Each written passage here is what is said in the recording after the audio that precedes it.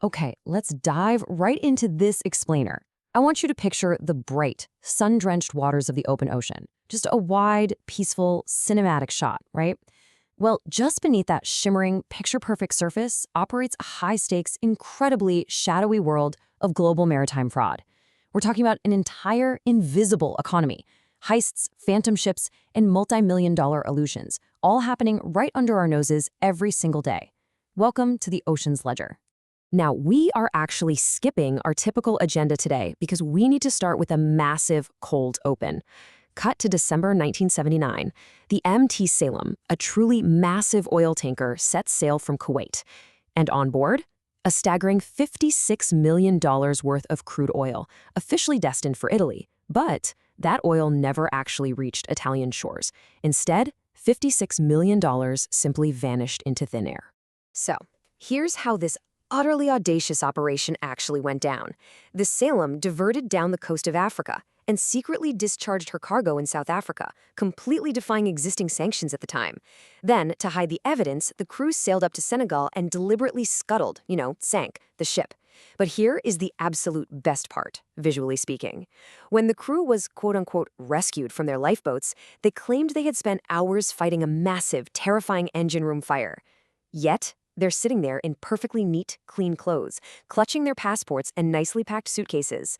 And wouldn't you know it, the only thing conveniently missing was the ship's log.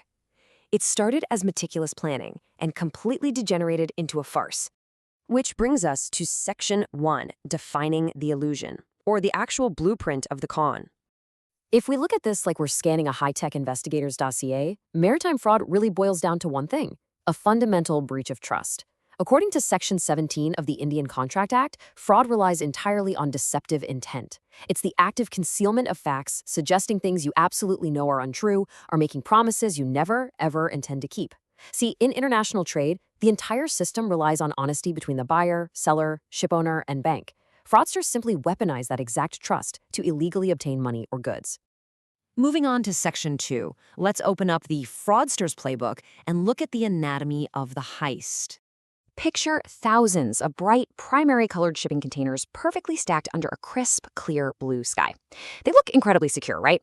But as experts have noted, and I love this quote, "The container has made no difference to crime except that the goods are now gift-wrapped." Those massive steel boxes perfectly mask the invisible crimes happening inside, which are often manipulated by just altering a piece of paper or making a simple computer entry. To show you exactly what that means in practice, let's zoom in on the incredible 1998 Hong Kong mushroom heist. Sounds like a movie title, right? 30 containers were supposedly loaded with nearly 1,000 cartons of canned mushrooms at a depot in mainland Hong Kong. They traveled on huge deep-sea vessels all the way to Rotterdam, then onto 4 different feeder vessels to reach 5 different buyers across Scandinavia. But when those doors were finally pulled open, absolutely empty. The insurers ruled there was no way this was a simple theft across such a widespread delivery route. No, this was massive, coordinated fraud right from the source, leaving the buyers holding the bag for 30 completely empty steel boxes. Now, these syndicates generally operate using 2 distinct strategies. On one side, you have the elegant, paper-based trickery known as documentary fraud. This is where a fraudulent seller cashes a letter of credit from a bank by presenting totally bogus documents for cargo that literally doesn't even exist.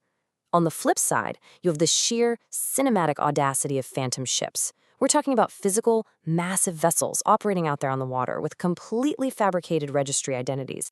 And you have to understand, these syndicates are highly, highly strategic. Documentary fraudsters primarily target commodity traders, focusing their efforts on goods with violently fluctuating market prices, like sugar or urea. Meanwhile, the operators running those phantom ships, they target the cargo owners directly, aiming to steal high-value bulk commodities, things like timber, plywood, palm oil, and diesel oil. But honestly, among all these schemes, charter party fraud is actually the most common and by far the most difficult to prosecute. It functions exactly like an elaborate shell game. A chartering company, which is almost always registered in some untraceable offshore registry, collects advanced freight payments from the cargo owner. And then the charterers simply abscond with the money.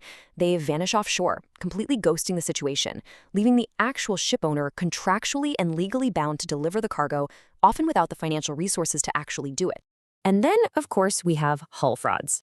Take the Moroccan steel hustle, for example. Picture a vessel loading $300,000 worth of steel in Italy. bound for the UK. 10 days later, it supposedly springs a leak and sinks just north of Morocco. The crew is safely rescued by a passing ferry. Case closed, right?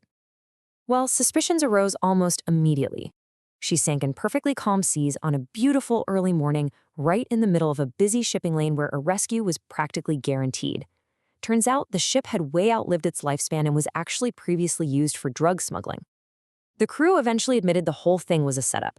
That valuable steel cargo had been secretly unloaded in Morocco well before they deliberately scuttled the ship just to grab the insurance money. Let's move into Section 3, Phantom Ships and Ghost Cargo. This is truly the ultimate shell game. Baking up a ghost ship requires a very, very specific recipe. Your ordinary street crook cannot pull this off. It requires deep, sophisticated organization. What they do is buy small, 15 to 20-year-old, poorly maintained bulk carriers. They carry absolutely no insurance whatsoever. They're owned by companies that exist strictly on paper. And crucially, they rely entirely on corrupt or highly inefficient registry offices. Very often under flags from places like Honduras, Panama, Belize, or St. Vincent, to give the ship a completely false identity. Once the cargo is loaded onto the ship, they literally just change its name, slap on a fresh coat of paint, and completely vanish from the grid. So how do we stop this? That brings us to Section 4, Securing the Global Vault, focusing on defense and prevention. Remember that MT Salem caper we started with? The sheer cinematic scale of that $56 million heist sent massive shockwaves through the entire world. In fact, it directly forced the International Chamber of Commerce to step up and create the International Maritime Bureau, or IMB, back in 1981. They act as the industry's bright, high-tech central intelligence clearinghouse. They collect data to thwart future crimes, they authenticate complex documents, and they even launch physical, real-world searches for untracked vessels that have just vanished into the blue with their cargo. Because tracing these phantom ships is nearly impossible once they drop off the radar, proactive checking is quite literally the only real defense. Buyers have to take control of the narrative. They should conclude sales under free onboard contracts, which lets them control the actual physical shipment. They need to aggressively demand independent survey certificates to prove the cargo is real and exactly what it says it is.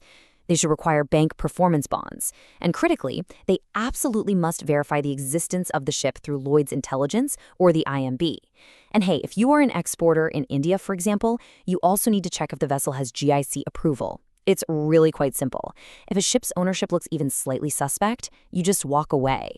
Ultimately, the ship's master, the captain, holds the physical key to this entire global vault. It is their absolute, unwavering duty to ensure the cargo they are signing for is physically sitting right there on the ship. Furthermore, they must release that cargo only against an original bill of lading. Look, releasing goods on just a simple letter of indemnity without a first-class bank guarantee, that is basically handing over the keys for a multi-million-dollar disaster. Which brings us to the end of our explainer today, and I really want to leave you with a thought straight out of a Hollywood twist ending. Our entire global supply chain relies on paper, computer screens, and above all, trust. But if a $50 million ship loaded with crude oil can completely vanish into thin air under a bright, beautiful blue sky, how secure is the global trust built into the everyday goods sitting in your living room right now? It really makes you look at every single shipping container rolling down the highway just a little bit differently, doesn't it?